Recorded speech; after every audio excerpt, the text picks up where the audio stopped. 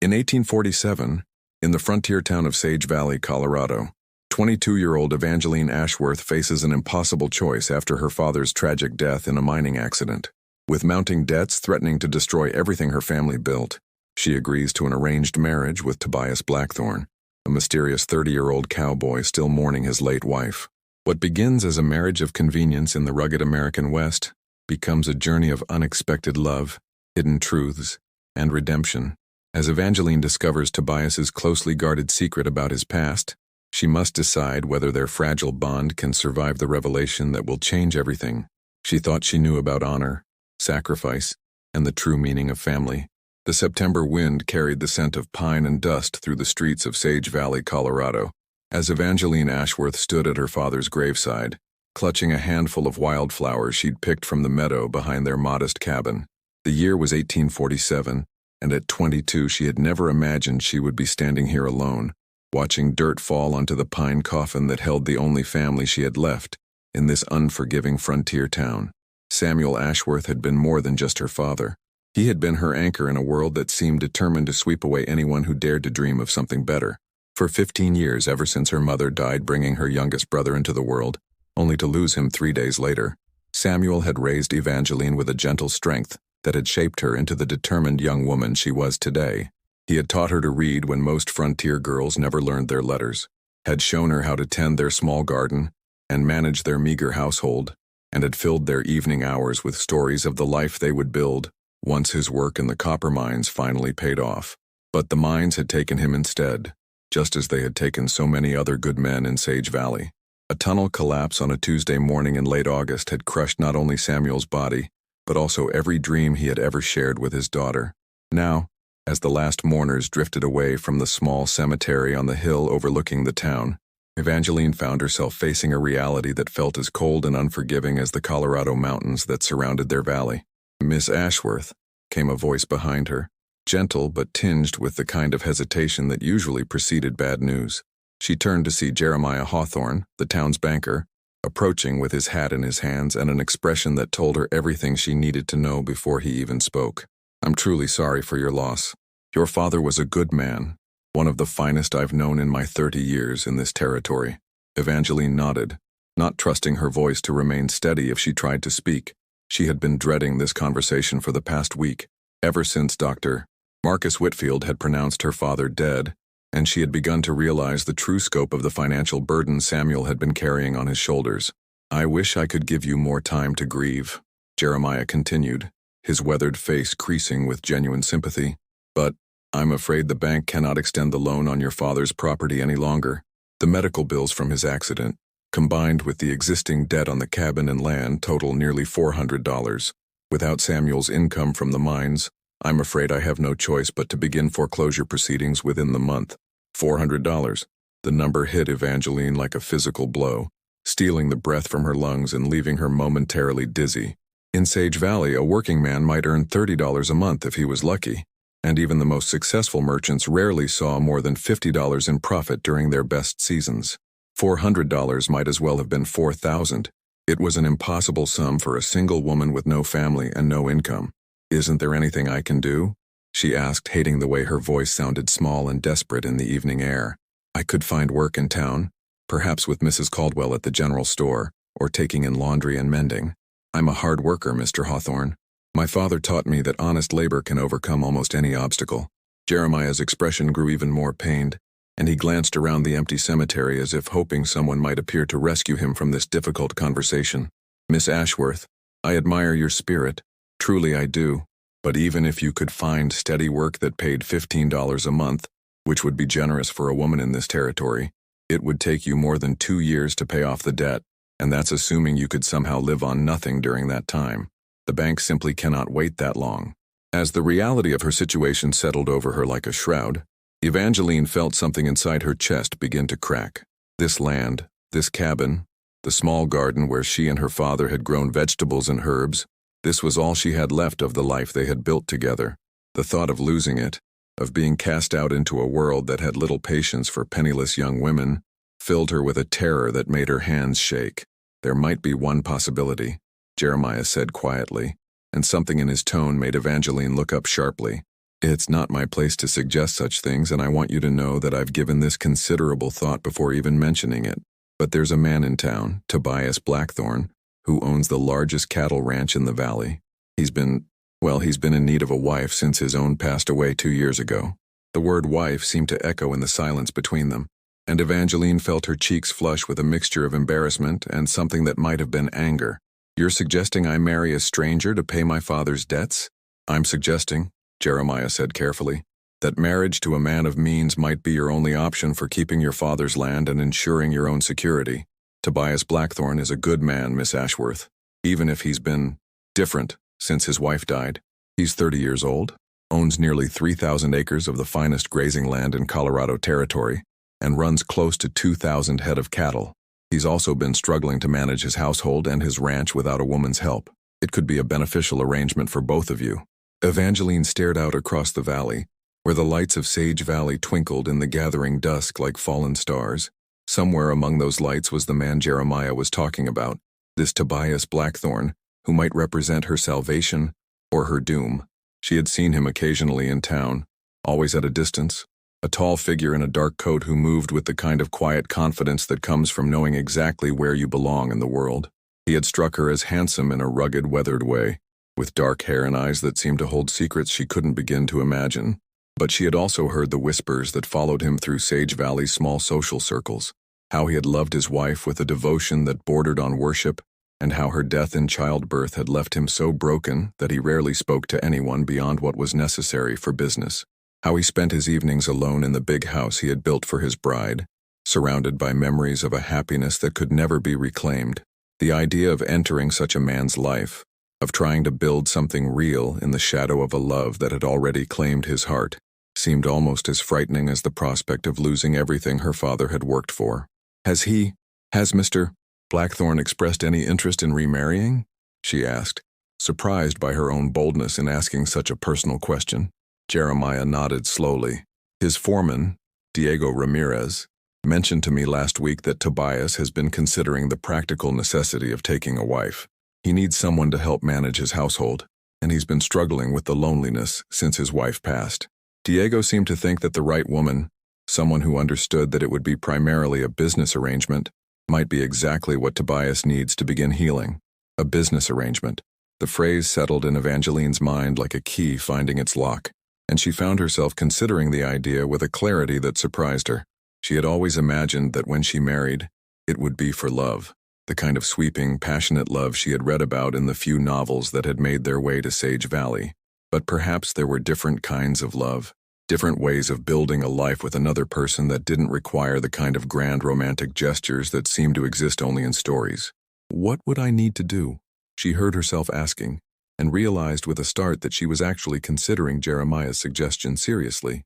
I could arrange an introduction, he said, relief evident in his voice. Perhaps this Sunday after church services, when there would be others around to make the meeting less awkward. If both of you were interested in pursuing the arrangement, you could have a proper courtship period to get to know each other before making any final decisions. As Evangeline walked home through the darkening streets of Sage Valley, her mind raced with possibilities and fears in equal measure. The idea of marrying Tobias Blackthorne terrified her, not because she feared he would be cruel, but because she feared she would disappoint him.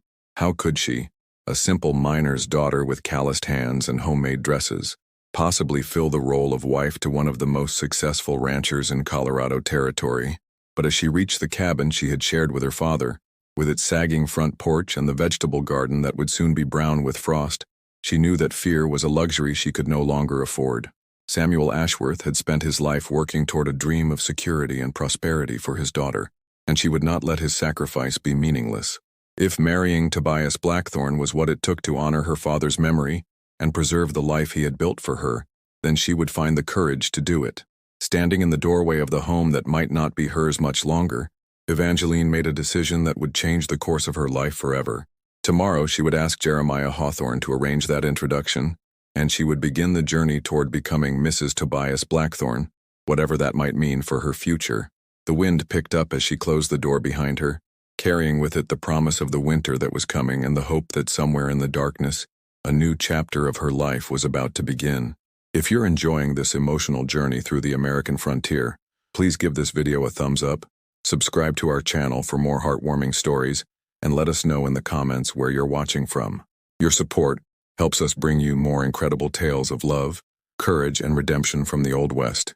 Sunday morning dawned crisp and clear over Sage Valley, with the kind of golden light that made even the humblest buildings look touched by something divine.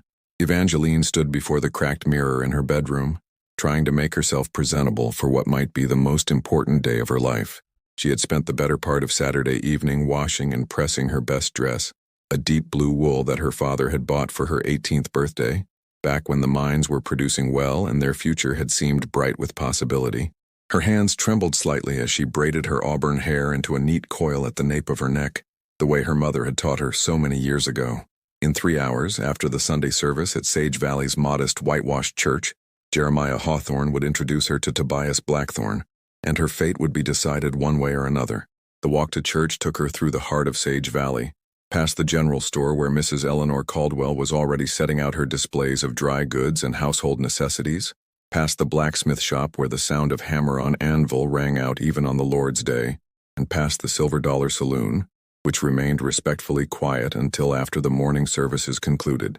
It was a small town by any measure, with fewer than 800 residents, but it had been her entire world for as long as she could remember. As she approached the church, Evangeline noticed a group of fine horses tied to the hitching post near the front entrance, their tack polished and well-maintained in a way that spoke of wealth and careful attention to detail. Her heart began to beat faster as she realized that one of these animals likely belonged to Tobias Blackthorne, and that within the next few minutes, she would be face to face with the man who might become her husband. The interior of the church was already crowded when she slipped through the heavy wooden doors, and she made her way to the back pew where she and her father had always sat.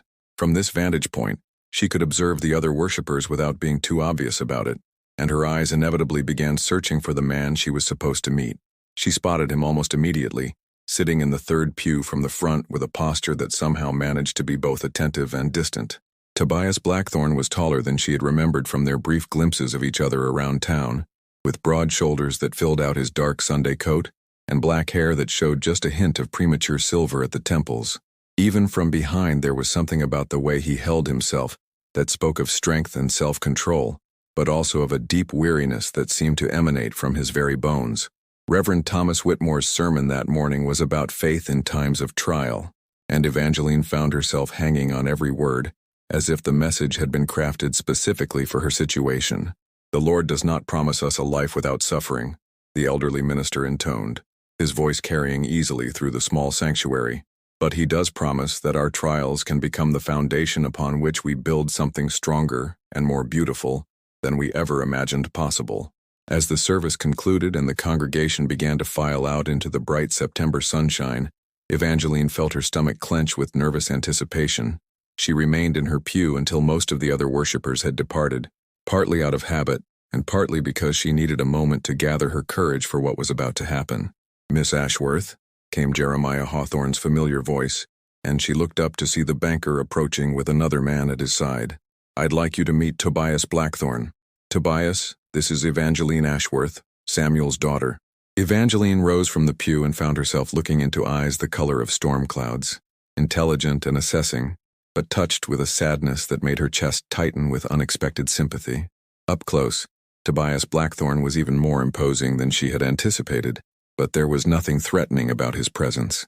Instead, she sensed in him the same kind of quiet strength that her father had possessed, though it was tempered by something that might have been loneliness. "Miss Ashworth," Tobias said, removing his hat and inclining his head in a gesture that was both respectful and somehow old-fashioned.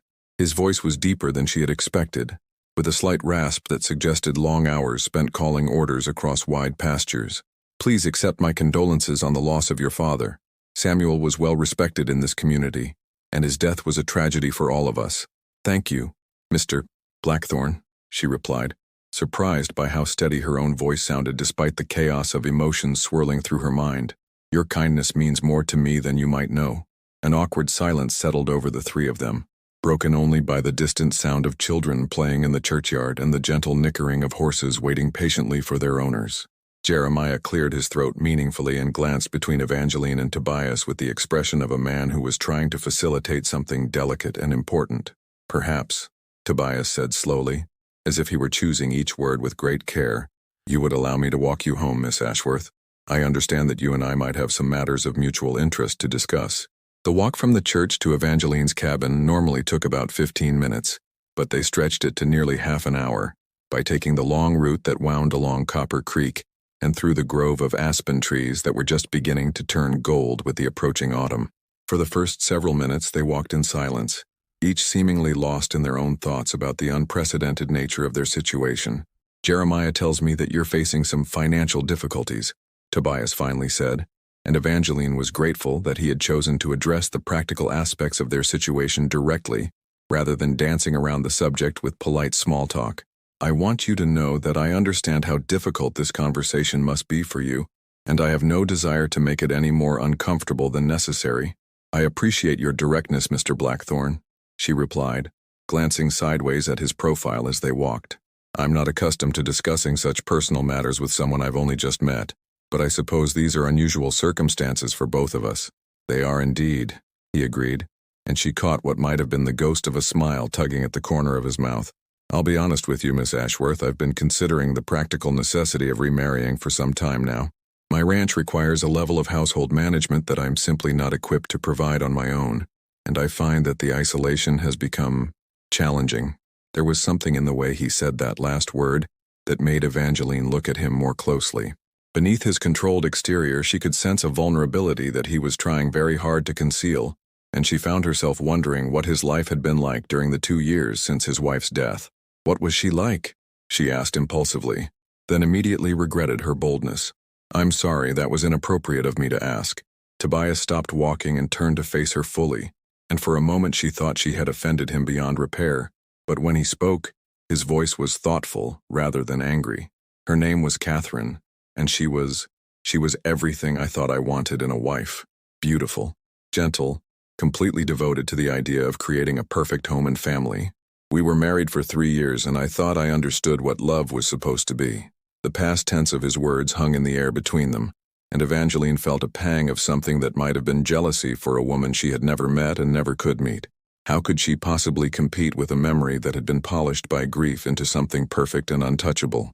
"I'm not looking to replace Catherine," Tobias continued as if he had read her thoughts. "What I'm looking for is a partner who understands that marriage can be built on respect and mutual benefit, rather than grand romantic passion. Someone who could help me manage my household and my responsibilities, and who would benefit from the security and stability that I can provide." They had reached her cabin by this point, and Evangeline found herself reluctant to end their conversation, despite the unconventional nature of what they were discussing. There was something about Tobias Blackthorne that intrigued her, a combination of strength and vulnerability that made her want to understand what lay beneath his carefully controlled exterior. "What would you expect of me?" she asked, settling onto the front porch steps and gesturing for him to join her. "If we were to enter into such an arrangement, I mean, what would my responsibilities be?" Tobias remained standing for a moment, looking out across the small garden where her father's late vegetables were still producing their final harvest of the season. When he finally spoke, his voice carried a weight of loneliness that made her heart ache with sympathy. "I have a housekeeper, Rosa Martinez, who handles most of the daily cleaning and cooking, but she needs supervision and someone to help her manage the larger household decisions. I frequently have business associates and ranch hands who need meals and accommodation, and there are social obligations in the community that require a woman's presence. Beyond that," he paused, and she could see him struggling with how to phrase something delicate. "I would hope that eventually we might build a real partnership, perhaps even a family, but I would never pressure you to be more than you were comfortable being." The implications of his words sent a flush of heat through her cheeks, but she appreciated his honesty about the intimate aspects of marriage that most people avoided discussing until after the wedding had already taken place. This was, she realized, exactly the kind of practical approach that might actually work for both of them. "How long would you want to wait before making a final decision?" she asked, surprised by her own boldness in asking what amounted to a question about their engagement timeline. "I would suggest a month," he replied, finally settling beside her on the porch steps with a careful distance that was respectful, but not unfriendly. "Long enough for us to get to know each other properly, but not so long that your financial situation becomes untenable. If we decided to proceed, we could be married in late October, before the worst of the winter weather sets in." As they sat together in the afternoon sunshine, discussing the practical details of a marriage that might save her from destitution and provide him with the companionship he so clearly needed. Evangeline found herself thinking that perhaps there were worse foundations on which to build a life together. Respect, honesty, and mutual benefit might not be the stuff of romantic novels, but they were solid, dependable things that could weather the storms that passion alone could not. When Tobias finally took his leave, promising to call on her again in a few days so they could continue their conversations, Evangeline remained on the porch long after his tall figure had disappeared down the dusty road toward his ranch. For the first time since her father's death, she felt something that might have been hope beginning to bloom in her chest. 3 days had passed since their conversation on the church steps, and Evangeline found herself watching the road with an anticipation that she tried to convince herself was purely practical. Tobias had promised to call on her again, and she had spent those intervening days in a state of nervous preparation, cleaning her modest cabin from top to bottom and attempting to present herself as the kind of woman who might be capable of managing a large household and ranch operation.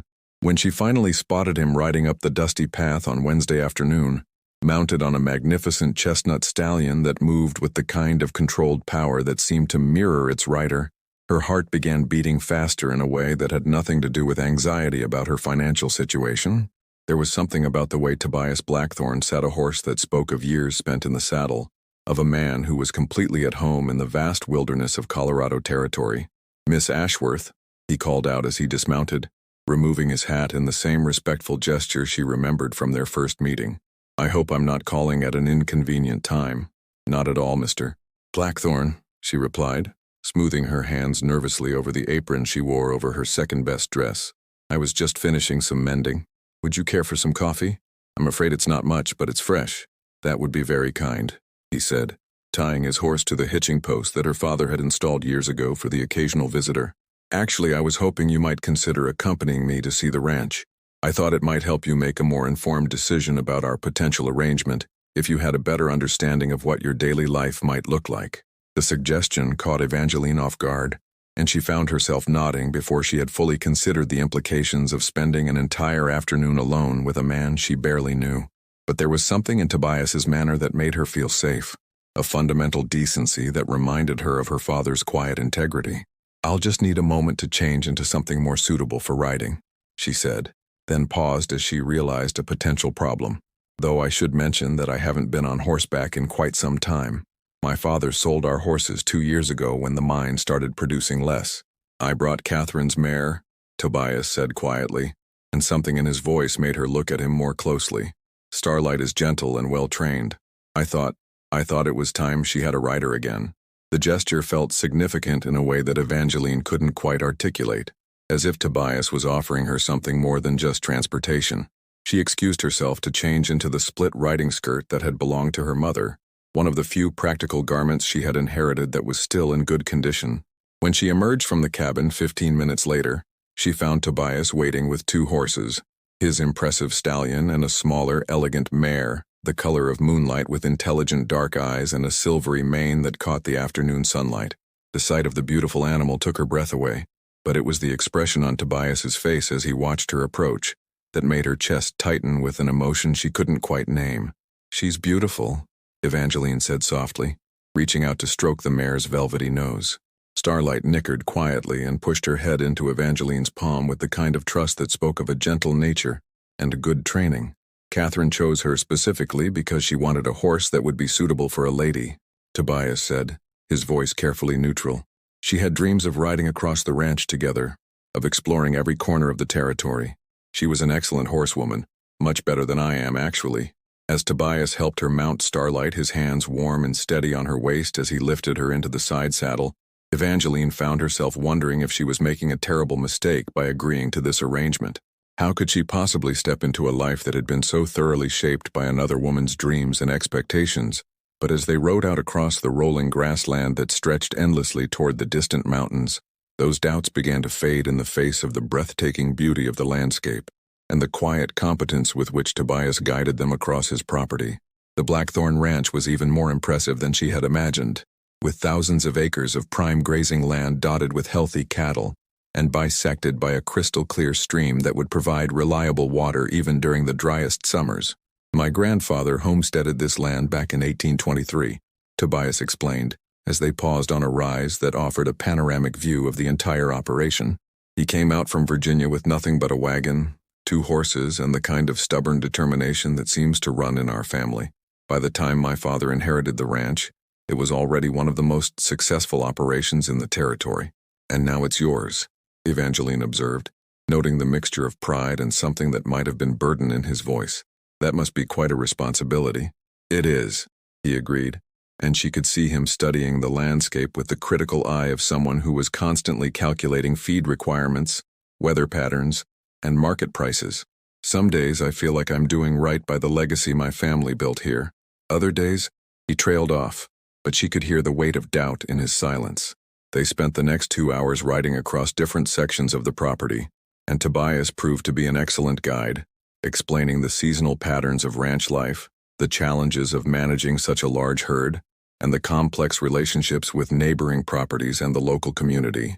It was clear that he took his responsibilities seriously, and that he had both the knowledge and the work ethic necessary to maintain his family's success. As they approached the ranch house itself, a sprawling structure built from local timber and stone that managed to be both impressive and welcoming, Evangeline felt her breath catch in her throat. It was easily 10 times the size of her modest cabin, with a wide front porch that wrapped around 3 sides of the building and large windows that would fill the interior with natural light throughout the day. "It's magnificent," she said honestly, then immediately worried that her enthusiasm might seem grasping or mercenary. "I mean, it's a beautiful home. Your family must have put a great deal of thought into the design." "My grandmother insisted on the big windows," Tobias said, with what might have been the beginning of a smile. "She said she refused to live in a house that felt like a cave, no matter how practical it might be for keeping out the winter cold." My grandfather grumbled about the expense, but he indulged her in the end. They dismounted in front of the house, and Tobias led her up the front steps to the heavy oak door that stood open to let in the afternoon breeze. The interior was even more impressive than the exterior, with high ceilings, polished hardwood floors, and furnishings that spoke of both quality and comfort rather than ostentatious display. "Rosa!" Tobias called out as they entered the main hallway, and a moment later a woman in her 40s appeared from what was presumably the kitchen. She was small and compact, with graying black hair pulled back in a neat bun, and dark eyes that assessed Evangeline with friendly curiosity. "Rosa Martinez, this is Miss Evangeline Ashworth," Tobias said, and Evangeline was struck by the warmth in his voice when he addressed his housekeeper. "Evangeline, Rosa has been managing this household far better than I deserve for the past 5 years." "It's a pleasure to meet you, Miss Ashworth," Rosa said in accented English, her smile genuine and welcoming. "Senor Tobias has mentioned that you might be joining our family. I hope you will let me show you around the house and explain how we manage things here." For the next hour, Rosa proved to be an excellent guide, walking Evangeline through the various rooms and explaining the daily routines that kept such a large household functioning smoothly. The kitchen was a cook's dream, with a massive wood-burning stove, ample counter space and storage areas that could accommodate supplies for feeding dozens of people.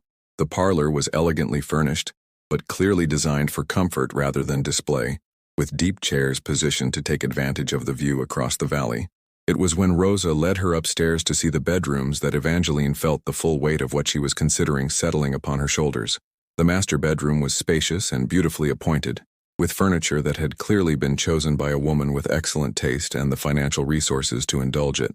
But it was the smaller room next door that made her stop in her tracks. "This was to be the nursery," Rosa said quietly, and Evangeline could hear the sadness in her voice. "Senora Catherine spent weeks preparing it, choosing every detail. After she died, Senor Tobias asked me to close it up, but I could never bring myself to change anything." The room was perfect for a baby, with a handcrafted crib positioned near the window to catch the morning light, soft yellow walls that would be suitable for either a boy or a girl, and a rocking chair that looked as if it had been waiting patiently for 2 years for someone to claim it. Evangeline could imagine Catherine Blackthorne sitting in that chair, hands resting on her growing belly as she dreamed of the child she would never hold. "She would have been a wonderful mother," Rosa continued, and Evangeline could see tears gathering in the older woman's eyes. "She had such plans, such hopes. It broke all our hearts when the fever took her during the birth." As they made their way back downstairs to rejoin Tobias, who was waiting in the parlor with coffee and the kind of cake that spoke of Rosa's considerable skills in the kitchen, Evangeline found herself struggling with a complex mix of emotions. The ranch was more beautiful than anything she had ever imagined calling home, and both Tobias and Rosa seemed like the kind of people she could easily come to care about deeply.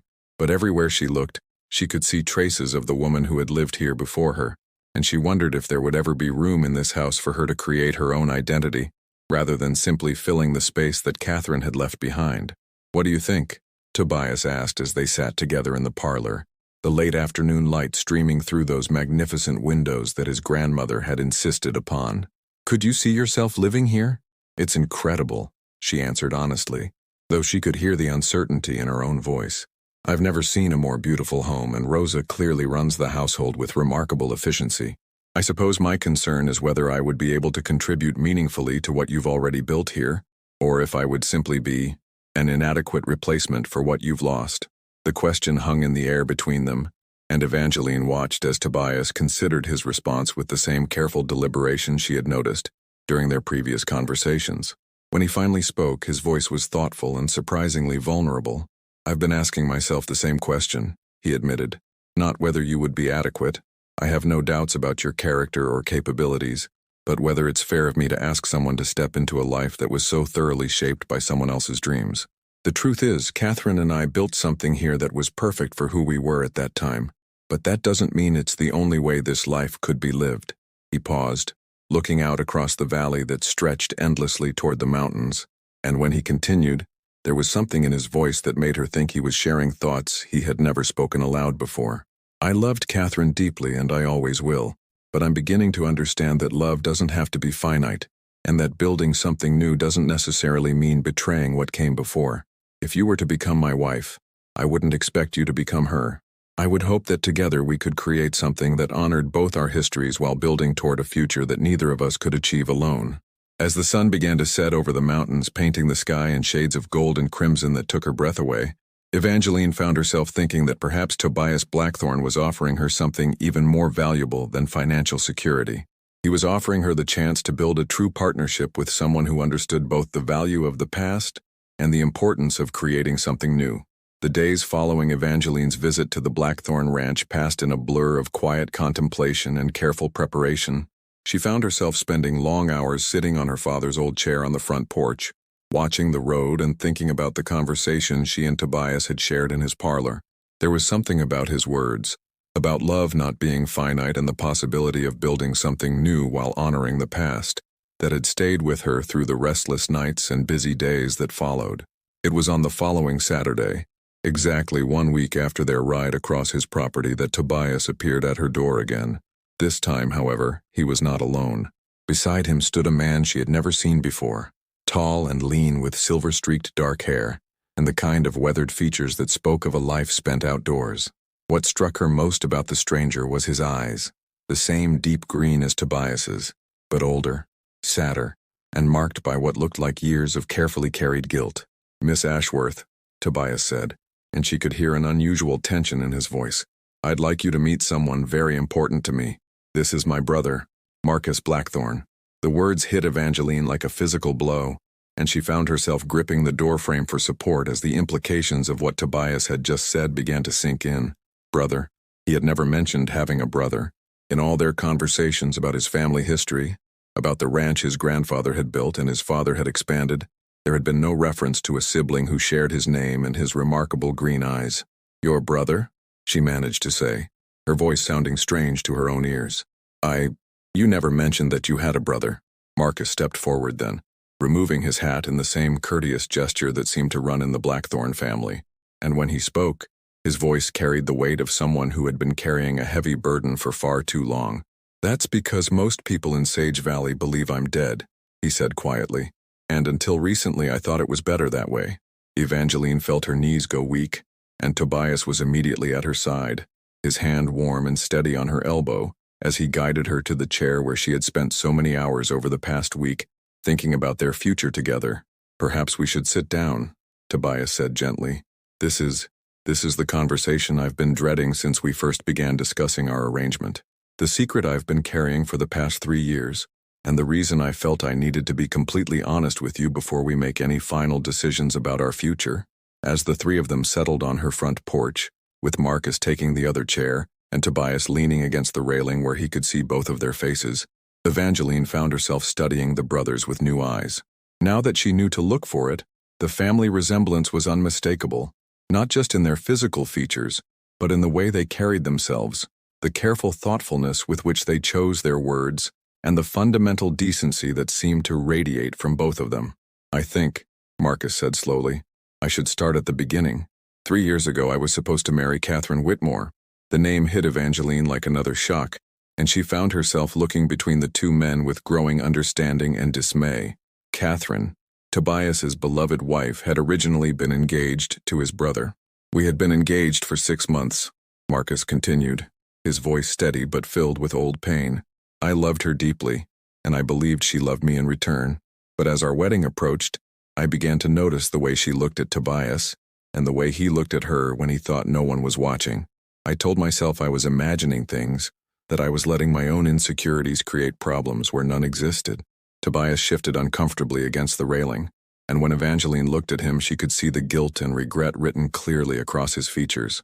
Whatever had happened 3 years ago, it was clear that both brothers were still carrying the weight of it. "The truth is," Tobias said quietly, "I fell in love with Catherine the moment Marcus brought her home to meet the family. I tried to fight it, tried to convince myself that what I felt was just brotherly affection for my future sister-in-law, but I was lying to myself, and apparently, I wasn't as good at hiding my feelings as I thought I was." 2 weeks before our wedding, Marcus continued, Catherine came to me and asked if we could postpone the ceremony. She said she needed more time to be certain of her feelings, and that she didn't want to make a mistake that would hurt all of us. I knew in that moment that she had fallen in love with Tobias, just as surely as he had fallen in love with her. Evangeline felt her heart breaking for all three of them. For Marcus, who had lost both his fiancée and his brother in one devastating blow. For Catherine, who must have been torn between her duty to one man and her love for another. And for Tobias, who had found himself in an impossible situation through no fault of his own. "What happened then?" she asked softly, though she wasn't certain she wanted to hear the answer. "I told Catherine that she should follow her heart," Marcus said, and there was a kind of quiet nobility in his voice that reminded her powerfully of his brother. "I told her that I would rather see her happy with Tobias than miserable with me, and that I would find a way to make peace with whatever decision she made." "But you left," Tobias said, and Evangeline could hear the old pain in his voice. "You disappeared the night before the wedding ceremony was supposed to take place, and no one heard from you for 2 years. When the bank foreclosed on the Morrison property and found a body in the mineshaft, everyone assumed it was you. Even I began to believe you were dead. I couldn't stay," Marcus said simply. "I couldn't watch Catherine marry you knowing how I felt about her and knowing that my presence would always be a shadow over your happiness. So I went west, to California, and tried to build a new life where no one knew the Blackthorn name or the story of what had happened in Sage Valley. But you came back," Evangeline observed, and she could see the question in her own voice reflected in Tobias's eyes. "I came back because I heard about Catherine's death," Marcus said, and his voice broke slightly on the words. "I was working a claim near Sacramento when word reached me that she had died in childbirth, and that Tobias was left alone with his grief. I realized that I had been a coward, that I had let my own hurt feelings keep me from being there for my brother when he needed me most. I've been living in a cabin about 20 miles north of here for the past 6 months, Marcus continued, trying to work up the courage to come home, trying to figure out how to make amends for the hurt I caused by disappearing. When I finally did approach Tobias last month, I learned about your situation, Miss Ashworth, and about the arrangement you two were considering." Evangeline looked between the two brothers, her mind racing as she tried to process everything she had just learned. The secret that Tobias had been carrying was not something dark or shameful, but rather a complex family tragedy that had left both brothers scarred and separated for years. "I don't understand," she said finally. "Why are you telling me this now? What does this have to do with our potential marriage?" "Because," Tobias said, pushing away from the railing and kneeling beside her chair so that he could look directly into her eyes, "I realized that I couldn't enter into marriage with you while carrying this secret. You deserve to know the truth about my family, about the complicated history that led to Catherine's death and Marcus's exile, and you deserve to make your decision based on complete information about the man you would be marrying. And because," Marcus added quietly, "I want to come home. I want to reclaim my place in this family and in this community, and I needed to know that my presence wouldn't be a source of ongoing pain for Tobias, or complications for any woman brave enough to become his wife."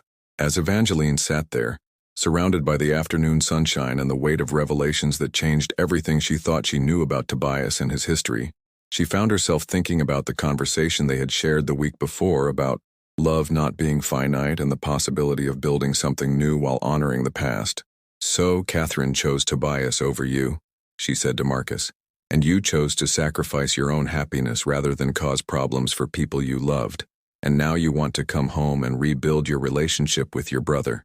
"Yes," Marcus said simply, "and I want to do whatever I can to support the new life that Tobias is trying to build, including his marriage to you if that's what you both decide you want. The question is," Tobias said, his voice gentle but serious, "whether you can accept becoming part of a family with such a complicated history, whether you can marry a man whose first wife was originally engaged to his brother, and whether you can welcome that brother back into our lives without feeling like you're constantly competing with ghosts and memories." Evangeline looked between the two men, both of whom were watching her with expressions of hope and fear in equal measure, and realized that this moment was going to define not just her own future, but the future of the entire Blackthorn family. The secret that Tobias had been carrying was not something that would destroy her world, but rather something that would test her capacity for forgiveness, understanding, and the kind of love that could encompass complicated truths and difficult histories. "I need some time to think," she said finally, and she could see both relief and disappointment in their faces. This is a lot to process, and I want to make sure I'm thinking clearly before I give you an answer that will affect all of our lives."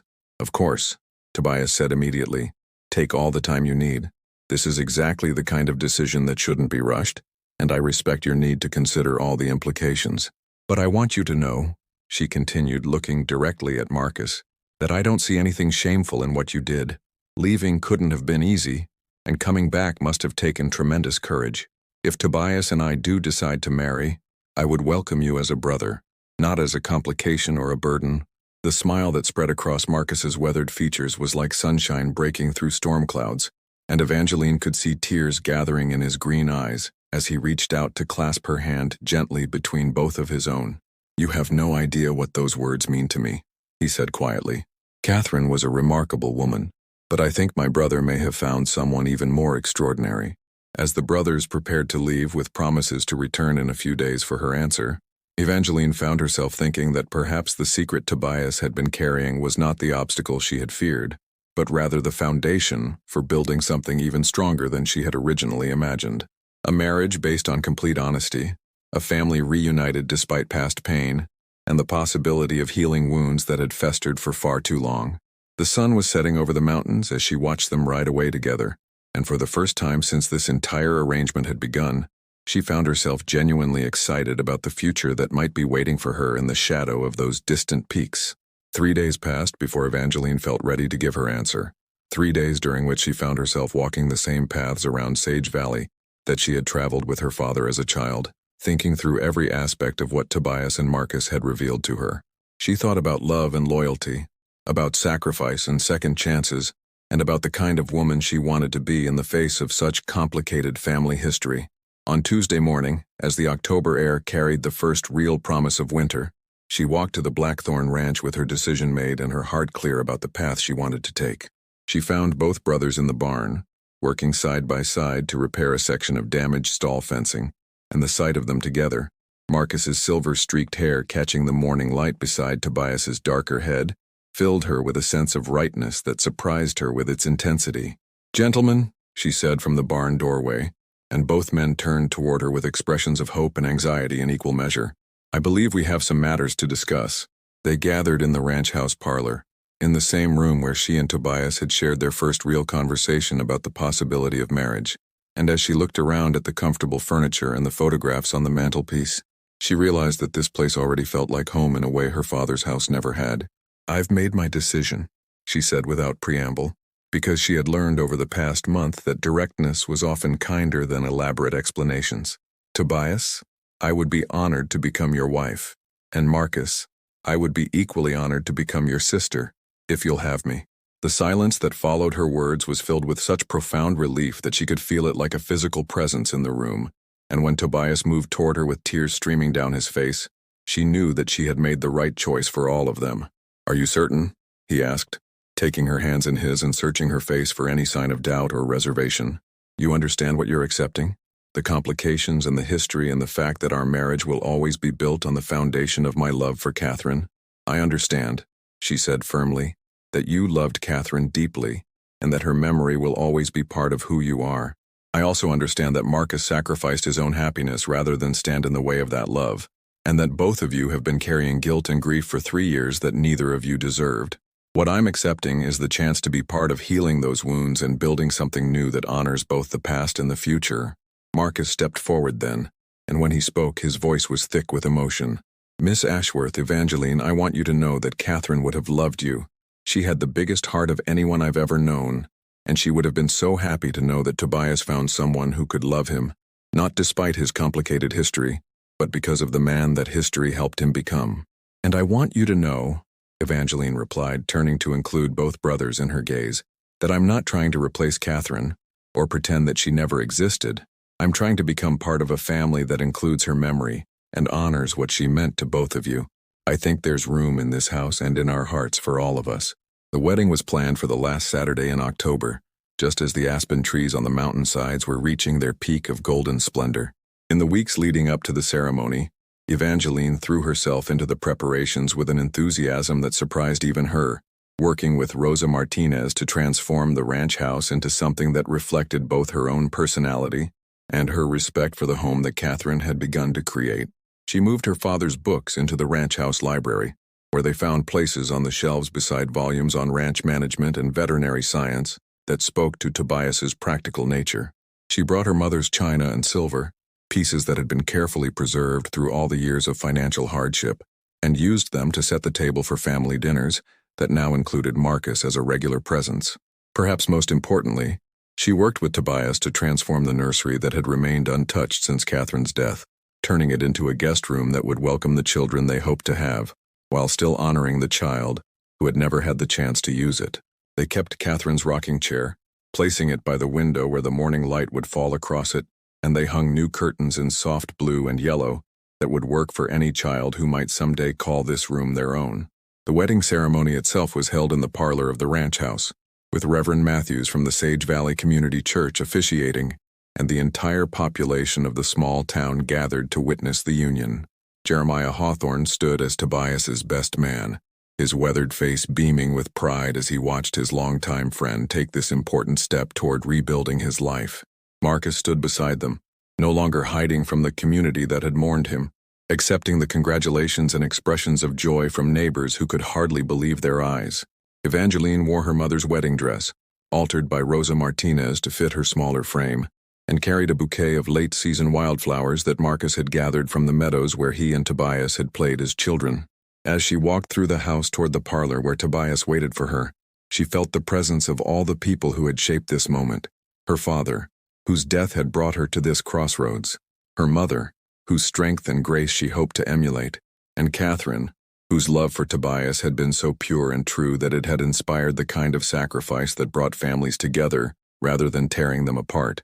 The words of the ceremony seemed to echo through the house with special significance, particularly the passages about love and loyalty, about the joining of two lives into something stronger than either could be alone, and about the promise to honor and cherish each other through whatever challenges the future might bring.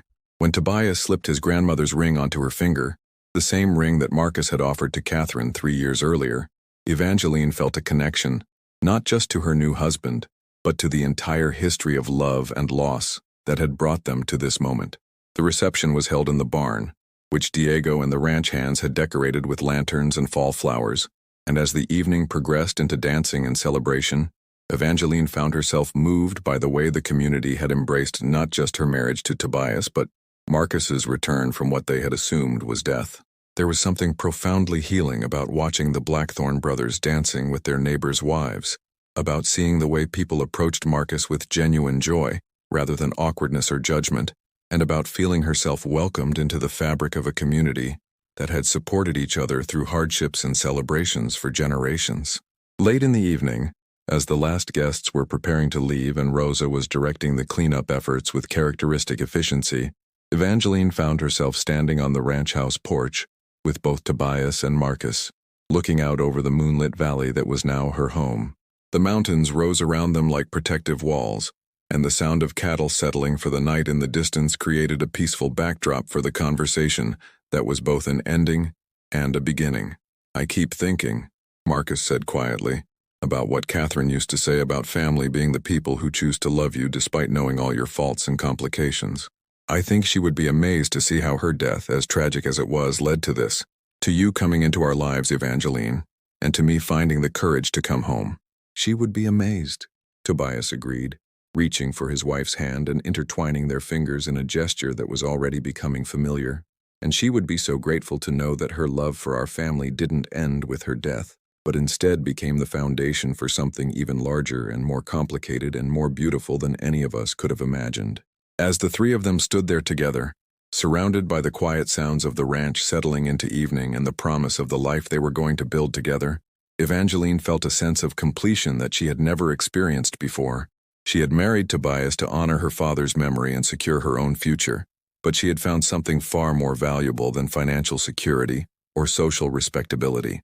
She had found a family that understood the complexity of love, the importance of forgiveness, and the way that honoring the past could become the foundation for building something new and wonderful. The winter that followed was one of the mildest in recent memory, as if the weather itself was conspiring to give the newly formed family time to adjust and settle into their new rhythms. Evangeline threw herself into learning the business of ranch management, working alongside Diego Ramirez to understand the seasonal patterns of cattle breeding and the complex economics of bringing herds to market. Marcus proved to be invaluable in this process, bringing back knowledge of new breeding techniques he had learned in California and a network of contacts in the Western markets that opened up new opportunities for the ranch's expansion. By the time spring arrived, with its promise of new growth and fresh possibilities, the Blackthorn Ranch had not only survived the financial challenges that had threatened it, but had grown stronger and more prosperous than ever before. More importantly, the family that ran it had learned that love was indeed not finite, that forgiveness could heal wounds that seemed impossible to mend, and that sometimes the most beautiful stories grew out of the most complicated circumstances. Standing in the garden she had planted behind the ranch house, watching Tobias and Marcus working together to repair a fence line, while Rosa's children played in the sunshine nearby, Evangeline felt the baby growing inside her stir gently, as if responding to the peace and contentment that surrounded them all. This child would grow up knowing the stories of all the people who had come before, understanding that family was built not just on blood relationships, but on choice and commitment, and the kind of love that could encompass complexity and loss, and still create something beautiful. The secret that had once threatened to shake her world had instead become the foundation for the most solid and loving home she had ever known. And as she watched her husband and his brother laughing together over some shared joke, she knew that her father would have been proud of the choice she had made and the woman she had become. The end.